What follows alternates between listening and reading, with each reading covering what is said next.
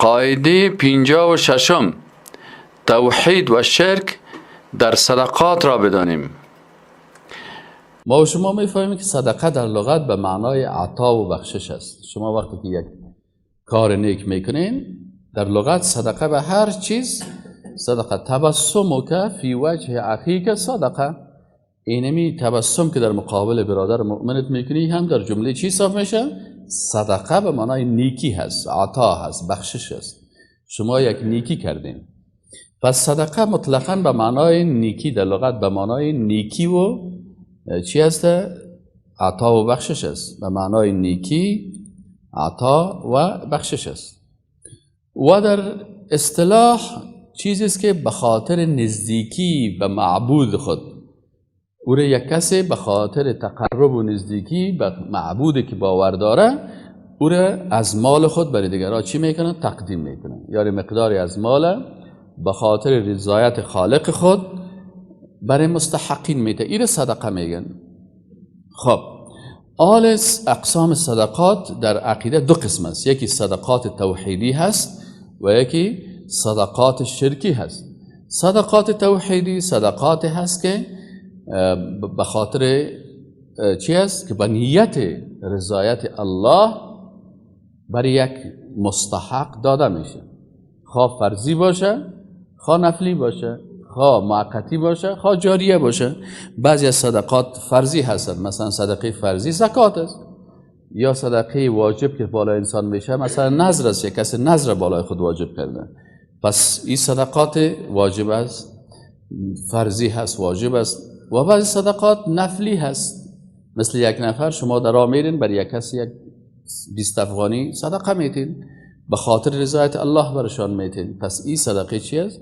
صدقه نفلی هست، موقت است. صدقه جاریه کدام یکی است که بعد از مرگم برای ما ثوابش میرسه؟ صدقات است که در امور منافع عامه یا در فواید عامه استفاده میشه. وزارت فواید عامه چی را میگن؟ وزارتی که فایده های عمومی برای عام مردم، مثلا یک کسی سرک میسازه، یک کسی پل میسازه از پول شخصی خود، یک کسی یک مسجد میسازه، یک کسی یک مدرسه میسازه، یک کسی واسش نمیرسه کلکین مسجد جور میکنه. یعنی این در جمله صدقات چی هست؟ جاریه هست.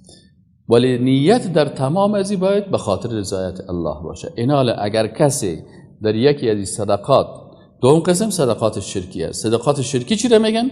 صدقات شرکی صدقاتی هست که یک کسی صدقه را در نیتش مخلوق می باشه.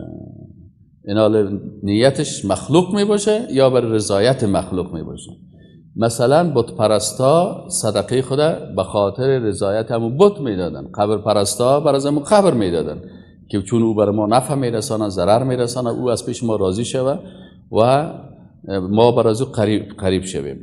در حدیث صحیح مسلم آمده هست عن ابی هریره رضی الله عنه قال سمعت رسول الله صلی الله علیه و سلم، میگن ما از رسول الله صلی الله علیه و سلم شنیدم که یقول میگفت قال الله تعالی، میگه الله سبحانه و تعالی میفرماید انا اغنى الشرکاء عن الشرک، من غنی ترین شریکا هستم از شرک. کسی که من عمل عملا اشرک فیه معی غیری، کسی که یک عمل بکنه و در او عمل خود امرای من یک کس دیگه شریک بکنه، ترکته و شرکه، من ایره ترک میکنم به امرای شرکش. اونمو عملش هم از امون شخص شد. باز برو در روز قیامت از اونمو انسانی که تو رضایتش در صدقیت خواستی یا در عملت خواستی، برو پیش از امون که همون برای تاجر بده. و هیچ کس در روز آخرت کس مالک یوم الدین کی هست؟ الله هست. هیچ کس نمیتونه کاری برای انسان بکنه. پس بسیاری اوقات بسیاری کسا از دیدگاه صدقه در شرک مبتلا میشه و این شرک در صدقات متاسفانه در کشور ما و شما بسیار زیاد است. ما و شما یک اشتباه داریم که نیت وقتی که گپ میزنن سعی کنین دیدن. وقتی که ما و شما میگیم دیدم، هیچ وقت امکان نداره که دیدن با گوشت بکنیم. برای دیدن چشم است، برای شنیدن گوش است، برای نیت چی هست؟ قلب است. بنابراین نیت زبانی اعتبار نداره. یعنی شما اگر کل کتابای حدیث بپالین، هیچ نیت در نماز مثلا نامده. که رسول الله هم گفته باشه نیت کردم بخوانم یا نویت ان اصلی لله تعالی، اینا دیگه مردم جور کردن یا عربی یا فارسی. چرا رسول الله هم مجرد که میامد الله اکبر، این نیت قلبی است. تو که از خانه حرکت کردی کجا میری؟ نماز پیشینه بخوانم. پس نیتی که معتبر از در شریعت اسلامی نیت قلبی هست. این نیست که انسان در زبان خود بگوید. اما بعضی اوقات ما و شما به خاطر که نیت از اون قلبیشه بفهمیم از پیش پرسان میکنیم. شرک در صدقات چه قسم است که مخلوق شریک میکنه؟ برش میگی برادر چه خوب یک گوسفند کشتی، چرا کشتی؟ و چقدر گوشت توزیع کردی و مثلا مردم خواستی و نان دادی. بازو از نیت خود برات به زبان خود تفسیر میکنه، باز میگه او بیادر سیال داشتیم، شریک داشتیم. پس به خاطر چی شد؟ نیتش چی شد؟ به خاطر مخلوق شد. پس اون مخلوق در عبادت الله چی کرد؟ شریک کرد. یا برش بگویی که او برادر روز 2 روز 3 و روز اول نان خوردن در خانه متوفا نارواست، چرا کم مصرف کردی؟ چرا شب جمعگی کردی؟ چرا روز 40 کردی؟ او بیادر باز مردم چی میگن؟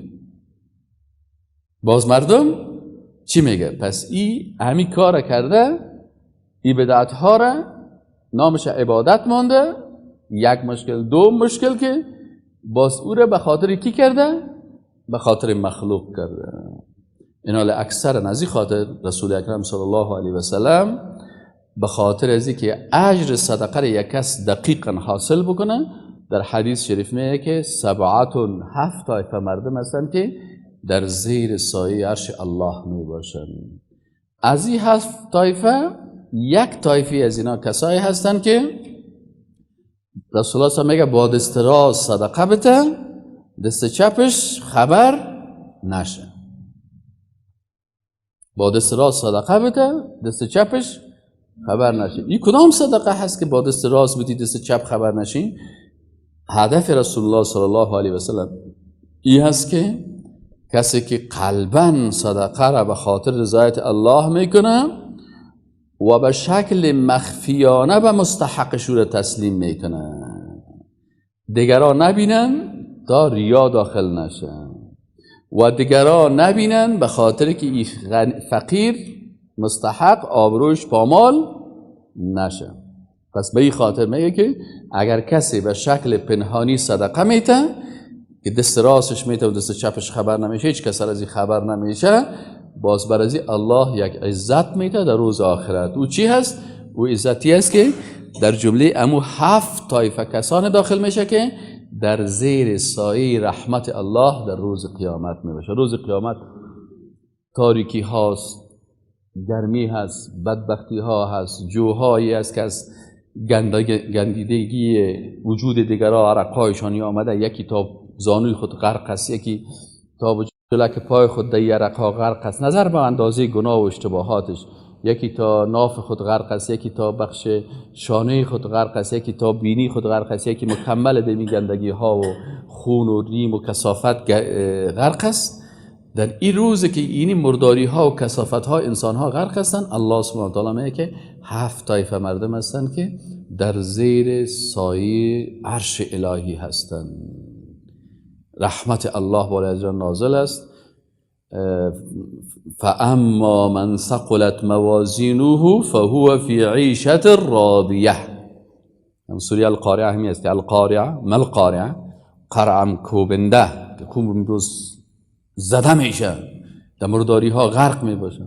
چی است؟ روز قیامت است. و ما ادراک ما القارعه، بازوی قسمتش میگه که فاما من ثقلت موازینه، هر کسی که باز دفتر اعمال نیکش ثقیل شد، فهو فی عیشة راضیه، باز یک زندگی میباشه که او از زندگی خود کاملا چی میباشه؟ راضی میباشه. اینی 7 طبقه مردم هستن که باز اینا در زیر سایه عرش الهی میباشه که تو به خاطر الله صدقه کردی، دست راست صدقه داد، دست چپت خبر نشد، بناهن بر تو اجر است. اجرت چی است که تو ان شاء الله تعالی در زیر سایه عرش الله. شما فکر کنید که اگر شما رو یک کسی دعوت کنه در یک منطقه، این مثلا یک مثال براتون در استادیوم ورزشی بسیاری وقتا شما دیدین دیگر از زیر 7 و 6 نه، باز یک تعداد میهمانای لوکس در کجا هستن؟ در یک جای عبدالله شیشه اونجا که بیری خوب بوتلا یا یخ موندگی سو هر لحظه میبرد آب میخوایی که نوشابه میخوایی که خوراک میخوایی کی میخوایی قرار لکس افتی دسمال هم برات میاد عرقای تا خوش کن دیگه سعی کن اونجا قرار لغتک زدن میاد زیر هفته و شیشتن اینی مهمانای مخصوص الله در روز قیامت چند طبقه هستن؟ 7 طبقه. یک طبقه دیگه شان خوشبختی برای شما جوانا هست. او کی هست؟ میگه شاب نشأ فی عبادت الله. یعنی یک طبقه که در زیر سایه عرش الهی زیر سایه رحمت الله می باشه در روز قیامت، جوانی است که از جوانی عقیده توحید داشته باشه، جوانی که در جوانی مثلا در عبادت الله مشغول باشه، عبادت خدا خاص برای الله بکنه. میگه در جوانی توبه کردن خصلت پیغمبری است، ورنه در پیری هر گبر مسلمان میشه. حال در مسجدها که برین یگان تا که در جوانی خود کمونست بوده و پیش لینن رقص کرده و کتابای لینن نخواسته خوانده، حالا که پیر شده باز چپنک سبز دراز و کلاگک قرقلی و جای نمازک هم سر شانه شده، صف اول مسجد شیشته و باز تمام روز علا وهابیست و علا فلانی سر از این مسائل گپ میزنه و گنده از قلبش دیگه. بازو عمله دیگه اونجا شیشته، اما صف مسجد هم چی میکنه؟ خراب میکنه. تمام روز در اختلافات چیز مصروف است. اما جوانی که در جوانی توبه میکنه، در جوانی توبه کردن خصلت پیغمبری که او در جوانی قوم پرستی نمیکنه، بت پرستی نمیکنه، قبر پرستی نمیکنه، سم پرستی و زبان پرستی نمیکنه، به عبادت الله مشغول است، دیگران را به طرف دین الله دعوت میکنه، در حالی که جوان است که هم زیباست، هم خوشقواره است، هم خوب اندام داره، هم خوب زور داره، هم خوب قوت داره، هم میتونه گناه بکنه، هم زمینه گناه برش مساعد است. باز ای وقت ای از الله میترسه و عبادت الله را میکنه، باز الله ای را میمان خود در روز قیامت میگردانه. این خوشبختی برای جوانای موحد یکتا پرست دیندار که مصروف عبادت الله هستند. باز به کسایی که تا پیری خود گناه کرده و کرده باز که پیر شد باز حال نگاه آمده خدا شیخ فانی جور کرده، بازی میمانی الله برش نمیده. میگه حالا وقت تو دیگه چی است؟ تو در جوانی چی کردی؟ اگر جنت هم ببری شد باز صوفیان صاف را اول به دوزخ میبرن، شستشویش میکنن، او هم که عقیده تیر کرده باشه. حال در آخر زمان مشکلی است که عقیده توحید تیر کردن بسیار مشکل است. رسول الله صلی الله علیه و آله میگه یک کس یصبح مؤمنا و یمسی کافرا. روز قیامت خطرش دمی است که اکثرا مردما عادتا اکثرا در آخر زمان که حالا ما و شما قرار داریم خطرش دمی است که یک نفر صبح مسلمان می باشه دیگر چی میشه؟ کافر میشه. یک نفر رو ببینه که یک روز خوب دیندار از صف مسجد، دیگر روز ببینه قرار که مشاور امریکایی شیشته دیگر اتحاد میکنه که دوستای خارجی ما. الله میگه لا یتخذ المؤمنون الکافرین اولیاء. مؤمنا کافرها رو چی نگیره؟ دوست نگیره. یوت پرچپک از کافر دفاع میکنن، لق لق سایل میکنن که مسلمان اگه سر کافر چپ هم سایل کنه سر میکنه که بیزنه مت. این دوستای ماست، این دوستای ماست. ضد گپ الله.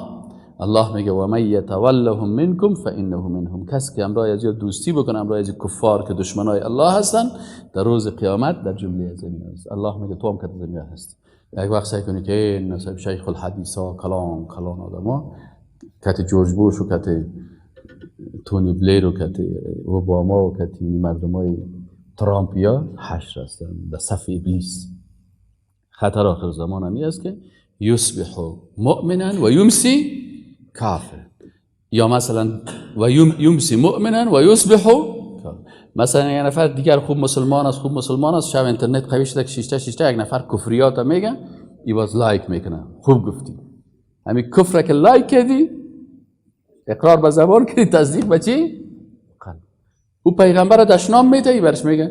حالا یک نفر از مدیده میشه یک نفر کفر میگه در یکی از رسانه ها، بازی رو سعی کنی که میگه 2000 نفری رو لایک کرده، بناهن 2000 نفرم رایزی کافر شده.